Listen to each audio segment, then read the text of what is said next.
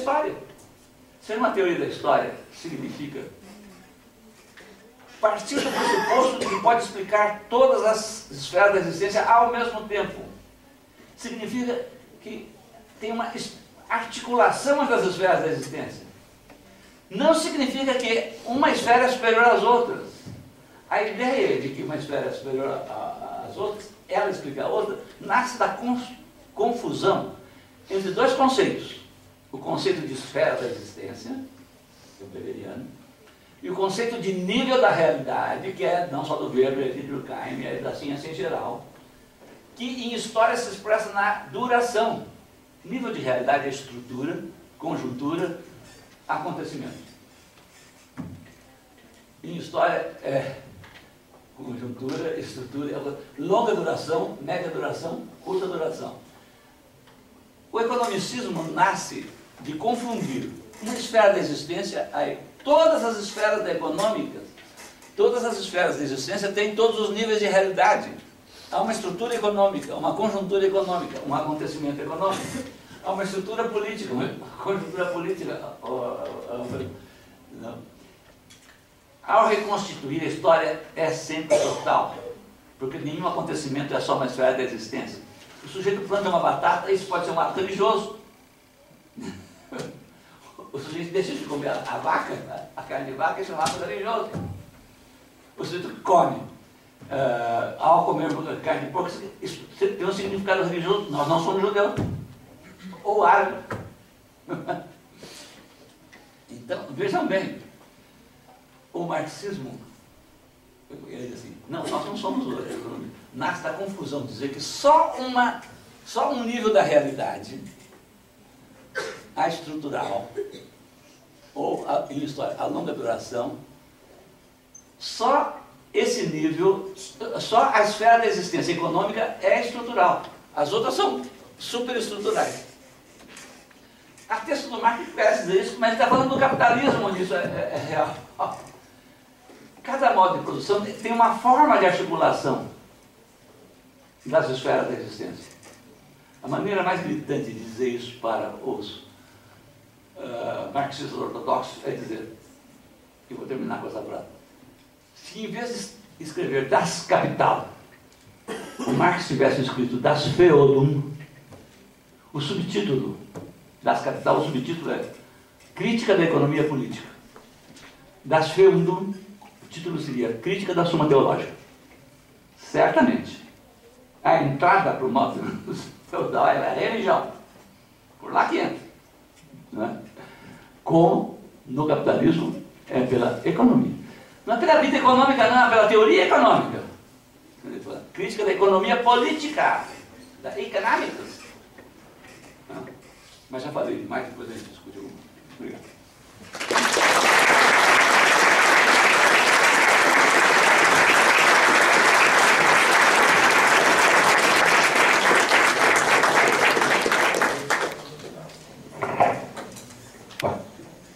Eu gostaria de saber se os senhores têm alguma questão elaborada, trouxeram alguma questão pronta. Ah, tem? Pois não. Vem até aqui.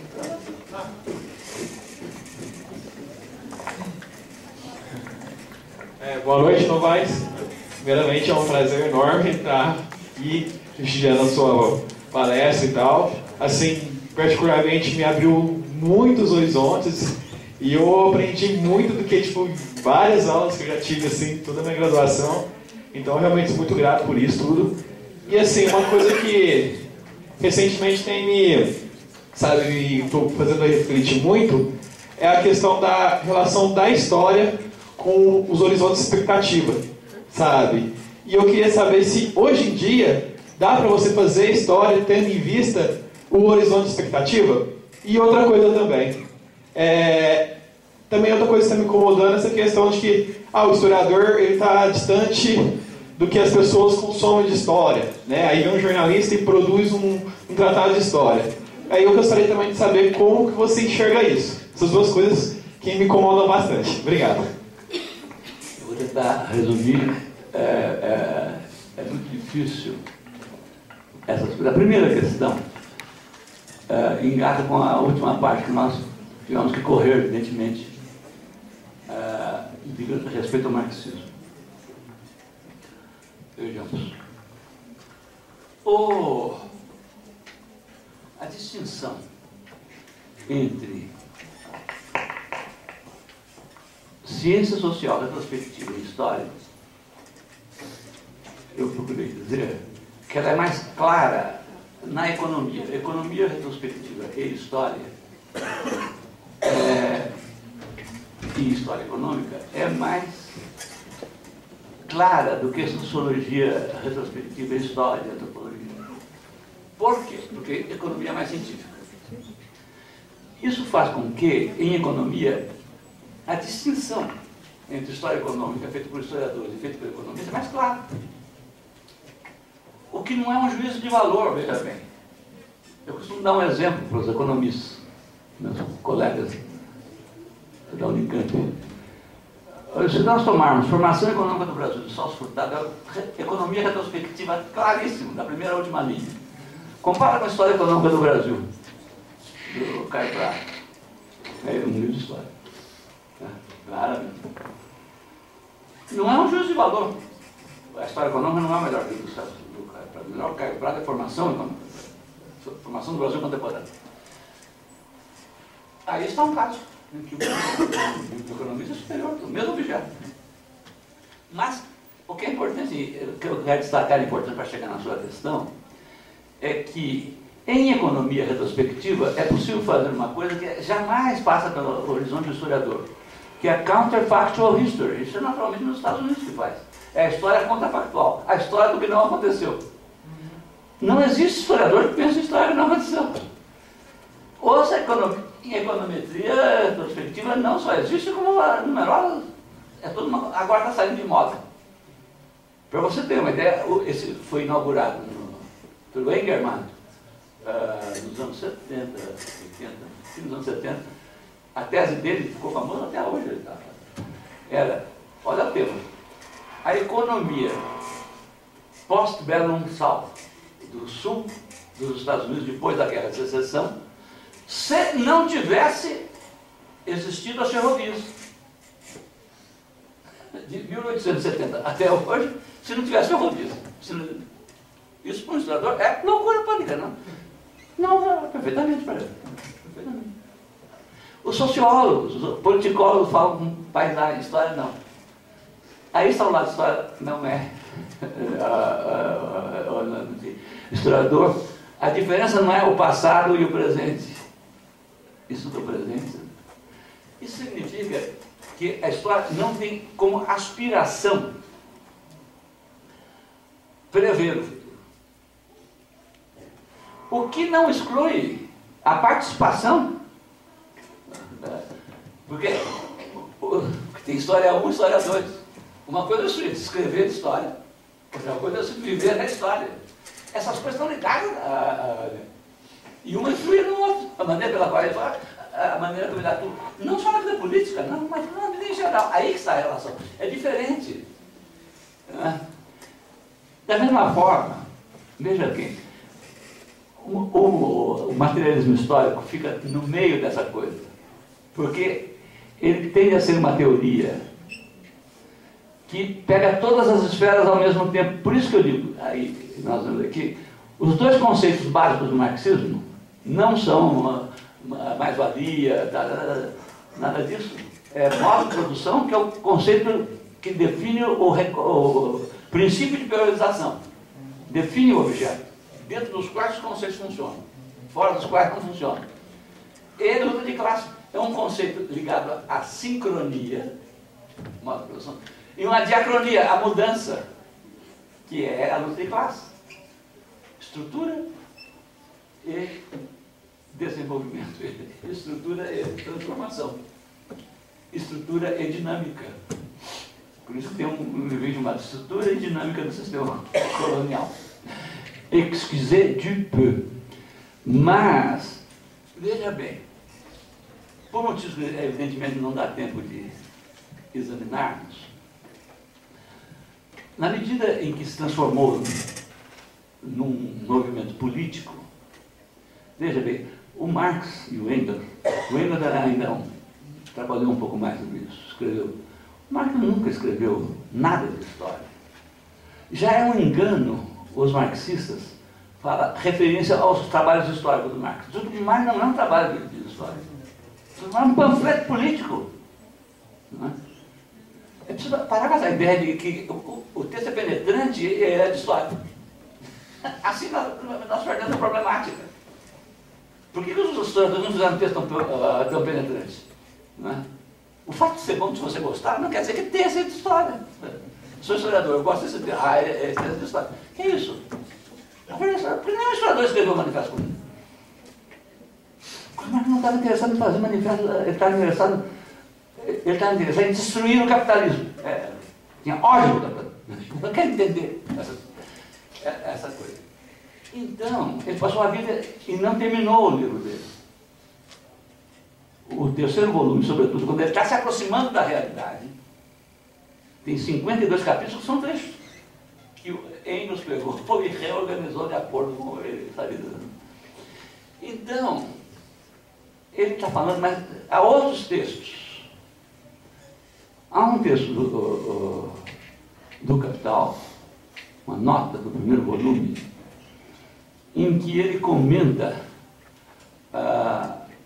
as discussões abertas pela contribuição à crise da economia política em 1859. Então ele fala, eu queria dizer que esses autores, cita lá alguns autores, que dizem que eu estou certo, que eles estão de acordo com as minhas ideias a respeito do capitalismo atual, do mundo atual, em que predominam as forças do mercado, da economia, mas que eu estou errado a respeito, por exemplo, da Idade Média, onde dominava a religião, ou de Roma, onde dominava a política. Ponto final. Acrescentou Marx. Eu perguntaria a esses senhores o que fazia com que na Idade Média dominasse a religião e em Roma a política. Veja o que ele está falando. Ele reconhece que na Idade Média o que domina é a religião. E em Roma é a política. Ele não fala da Grécia, mas podia incluir. Senão a forma pela qual, nesse momento, os humanos organizavam a vida. O que é modo de produção? É sistema econômico? Não, senhor. É o modo de organizar a vida. É a maneira de articular as formas de produção. Mas isso é uma nota. Ele termina falando assim, já Dom Quixote pagou caro acreditar que as formas, os modos de vida de uma época podem se transferir para outra. Ele atacava o moinho de vento pensando que estava atacando fantasma. Dragões. Não tem mais dragões no século XVI, você está atacando o moinho de vento. Veja, tem outros textos. O Engels, que é muito mais ortodoxo do que o Marx. O Marx uma vez disse numa carta, eu não sou marxista. O Engels tem um trecho, há um trecho de um antropólogo francês. Veja a dificuldade que há em pensar as ciências sociais do ponto de vista do materialismo histórico. Do ponto de vista do materialismo histórico não existe sociologia e economia. Não existe economia. É um erro pensar que o capital é um livro de economia. Mas acho fantástico, eu falo isso para meus colegas, eles ficam nervosos. Meus colegas economistas. Está escrito no livro, Crítica da Economia Política. É um livro contra a economia. Não é um livro sobre a economia política. Só no nome inglesa. Aliás, grande economista. John Robinson escreveu um livro, Economia Marxista. Um belo livro. Que só entende uma parte do Marx. Como o Marx escreveu mais sobre o capitalismo, os historiadores tomam o que ele escreveu sobre o capitalismo e passam para outro modo de produção. Tudo errado. Quer ver um exemplo típico disso? Aquele polonês chamado Witold Kula escreveu Economia Política do Feudalismo. Não existe economia política do feudalismo. O livro já está em branco, da primeira à última página. Claro que eu estou exagerando. Tem coisas lá que valem. Mas é preciso exagerar para chocar, né? Então veja, como o movimento comunista tomou o poder na Rússia a partir de 17, quando ele se consolida, o pensamento se torna conservador. Quando ele toma o poder, ele se torna conservador. Porque ele tem que conservar o poder. Por isso que dá uma discussão entre o Stalin, fica falando por culpa no Stalin. Eu não gosto de usar Stalin, é o mundo soviético, é o sistema soviético em geral. Já antes com o Lenin, depois do Stalin. É fundamental. A discussão era socialismo no seu país ou a revolução permanente da Trotsky. Não pode ser no seu país porque fica conservador. O mais importante é conservar o poder. Aí complica. Isso significa, do ponto de vista da teoria, que o materialismo histórico é visto como a ciência da história.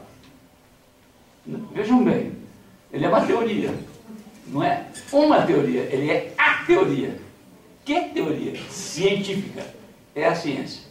Se isso fosse verdade, nenhuma revolução teria fracassado depois que eles tomaram, que consolidou o poder na União Soviética. Por quê? É ciência. Aplica, toma o poder. Como isso não aconteceu, ao contrário, só muito depois que ele vai ter na China, né? Ao contrário, começa a perder em toda parte, de duas uma. Ou o Estado soviético rever a teoria, e isso não é bem ciência, não é assim, é complicado. Ou então arruma um culpado. Não aplicaram direito, não entenderam direito a coisa. Manda para a cadeia, manda para a Sibéria. Mas ele não pode fazer a primeira coisa. Ele não pode confessar que não é ciência. Então opta pelo segundo. Ele continua. Ele continua. A discussão fica aberta. Fica aberta até hoje. Isso significa que o problema final, discutir se a queda do mundo soviético prova que o marxismo está errado. Prova que está errado o marxismo soviético. E não adianta vir esse japonês, esse nipo norte-americano dizer que acabou o capitalismo não tem alternativa. Né? Que o verdadeiro mote do capitalismo é inviável, o mundo está mostrando que o capitalismo é inviável. É uma crise atrás da outra, é desemprego, desenvolve para aprofundar a desigualdade. E quanto mais é triunfante, pior é. Não é? Agora, evidentemente, isso é complicado. É claro que eu não respondi isso. Se eu soubesse a resposta, eu daria. Eu daria. A outra questão também está ligada ao que nós falamos aqui. O ponto de vista da história geral da historiografia explica, porque, não explica totalmente, mas encaixa, esclarece um pouco. O que quer dizer a história ser a menos científica? A menos científica, mas a mais interessante, a bonita. A menos científica. O que significa isso? Significa a dificuldade de chegar ao nível do acontecimento. Veja, quando os historiadores soviéticos, ou de linha ortodoxa, eles resolveram mudar o objeto da história. Falaram, não, o objeto da história não é constituir o acontecimento. É definir as estruturas, tá? Mas não é, porque a revolução é um acontecimento que acontece no dia a dia. No fazer história não tem jeito. Aí você tem que dizer para o sujeito. História tem um imponderável, tem uma aposta. Um dos poucos marxistas que viu isso foi o Goldman, que escreveu, nós citamos aí. Citou Pascal, que diz: Marx aposta no proletariado como Pascal apostava em Deus. Os dois têm aposta. Os dois têm aposta. Né? Isso significa o quê? Que não existe socialismo científico. Claro, se tem aposta não é científico. Se é científico não tem aposta. Isso significa que nós estamos negando Engels. Aí querem crucificar, o que eu vou fazer? Significa que a frase do Marx, na ideologia alemã, só conhecemos uma ciência, só podemos conhecer uma ciência, a ciência da história. 2 pontos. A história se divide em 2, a história da natureza e a história dos homens. 2 erros. Só podemos conhecer a ciência, uma ciência. Está errado porque a história não pode ser ciência. Segundo, Está errado porque não existe história da natureza, só existe história dos homens. Imagina. Não existe. Isso, veja bem, esse fato de ser mais antigo, de não ser, de existir antes da ciência, antes da universidade, faz com que todo mundo ache que pode fazer história. Porque a formação do historiador é uma formação de erudito. O que o historiador deve conhecer? Em primeiro lugar, conhecer a história. Que história? Toda a história. Não posso conhecer. Quanto mais conhecer, melhor. Tem um mínimo que exige. Quando começa a se especializar demais, os historiadores americanos conhecem aquele assunto, saiu dali e não sabe nada. Uma coisa realmente incrível. É mais ciência social retrospectiva. Veja bem, está falando dos jornalistas. Por que eles acham que pode fazer? Porque não tem uma formação teórica. Ele deve conhecer os principais conceitos da ciência social. É muito difícil dominar todos. Não precisa conhecer. Ele não pode deixar de conhecer de antropologia, pelo menos, o estruturalismo discursiano. Como é que isso se relaciona com a história? Tem que ter uma noção das duas coisas. Mas tem que saber história antes de tudo.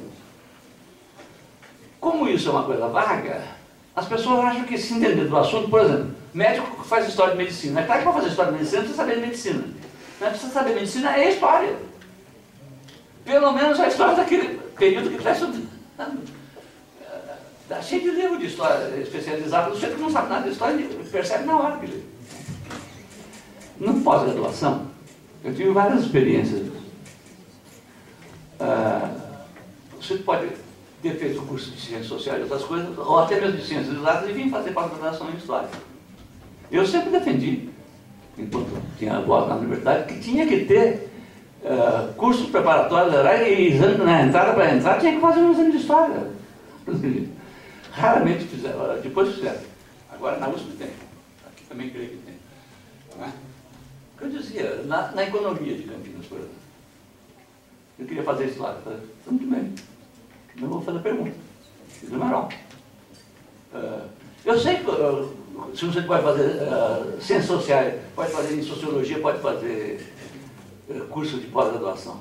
Eu pergunto para ele, qual é a diferença entre solidariedade orgânica e solidariedade mecânica?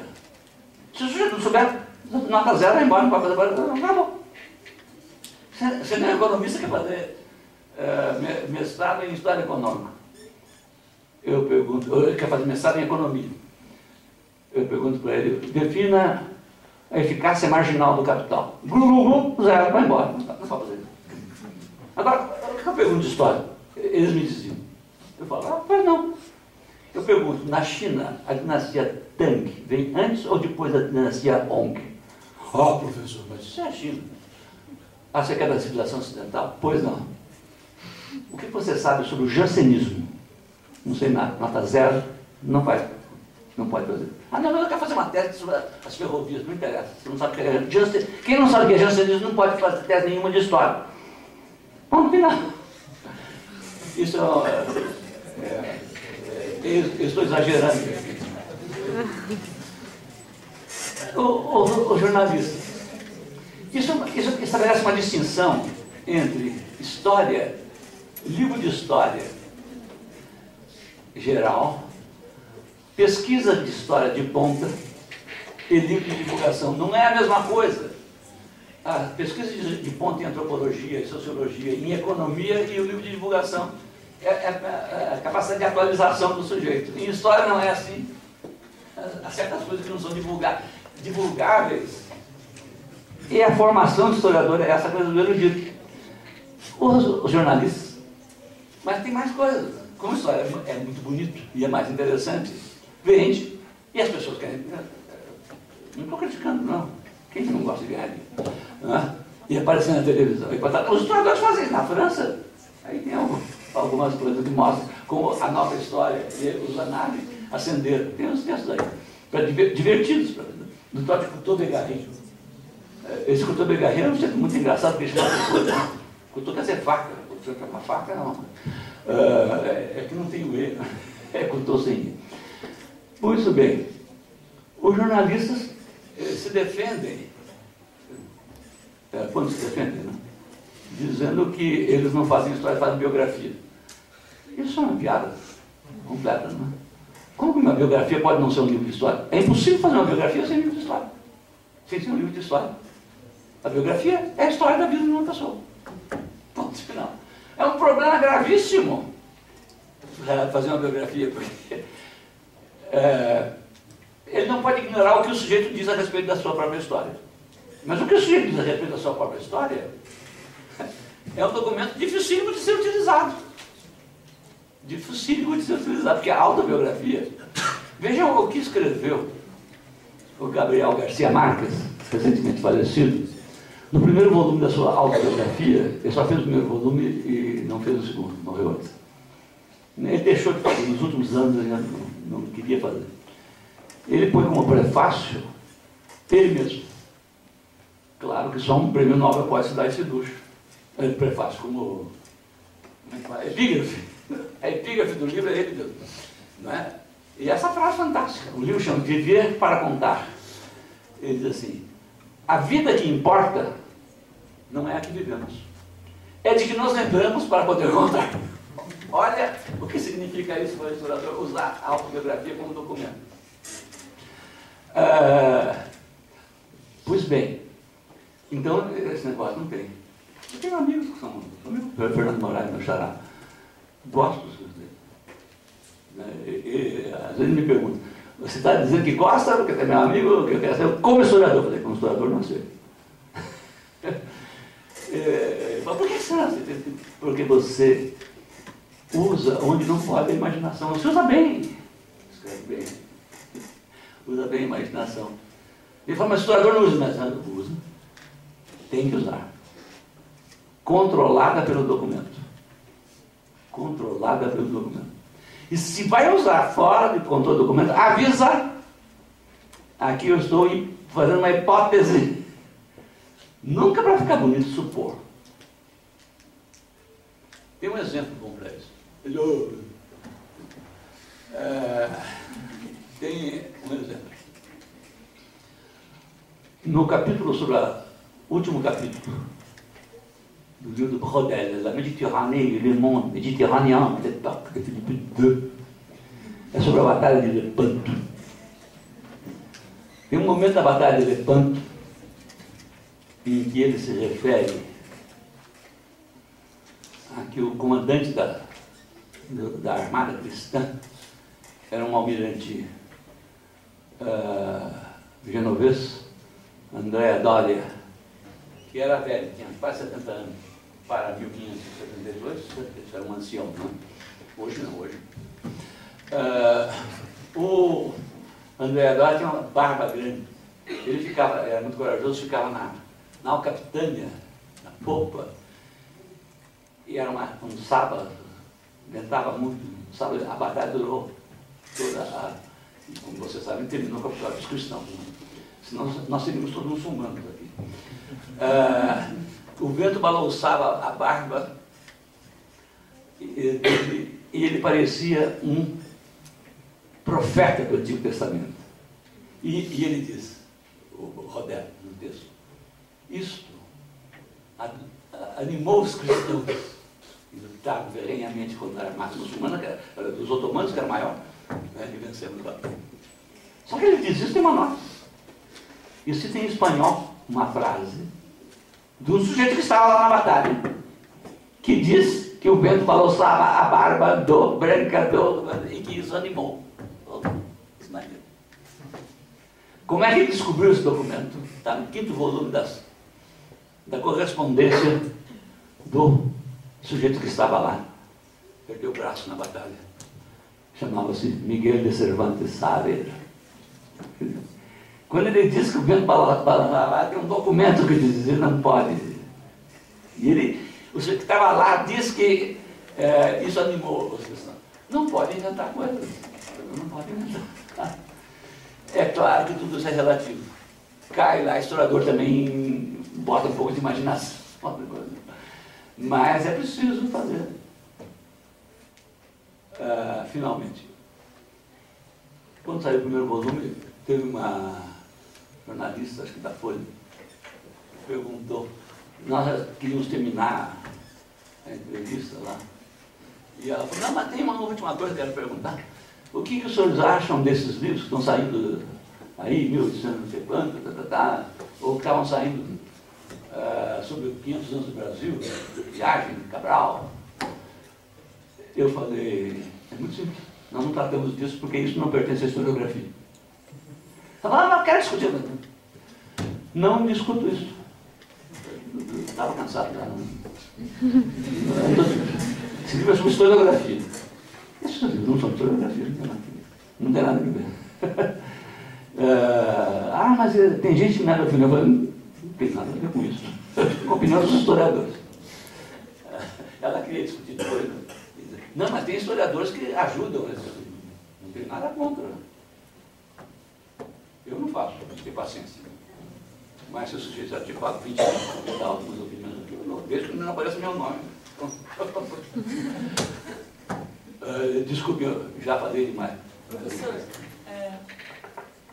nós queríamos saber da disponibilidade do senhor de responder mais alguma outra pergunta, porque já são 9h40. E se houver assim, já seria a última pergunta mesmo, no caso. Pode fazer. Então, eu devo confessar que eu estou com um pouco de fome, porque eu almocei muito cedo, mas pode fazer a pergunta. Há mais alguma outra pergunta? Eu penso o seguinte, o professor Fernando já deu a deixa que está um pouco cansado. E eu gostaria de pedir à plateia que nós seguíssemos o conselho dele. Qual que é? Aquele do começo. A gente volta a reler a introdução. Certo? E peço desculpa aos demais. De fato, nós temos que agora encher o pandu, que nem falam. O caipira. Como é que é? Mas é bom que fica com gosto de quero mais para ele voltar outra vez. Tá vendo? A Lâmina está dizendo que é bom que fica um gosto de quero mais para você voltar outra vez. Sim, claro. Tá bom? Haverá outras oportunidades, sem dúvida nenhuma. Agora, eu gostaria só de pedir uma coisinha. Se alguém quiser um autógrafo do professor Novaes na obra, eu acho que ele não vai se negar a fazer. Vai? Claro que não. Só um autógrafo, sem dedicatória, tá? Professor Novaes, modestamente, eu lhe ofereço um certificado desse nosso encontro.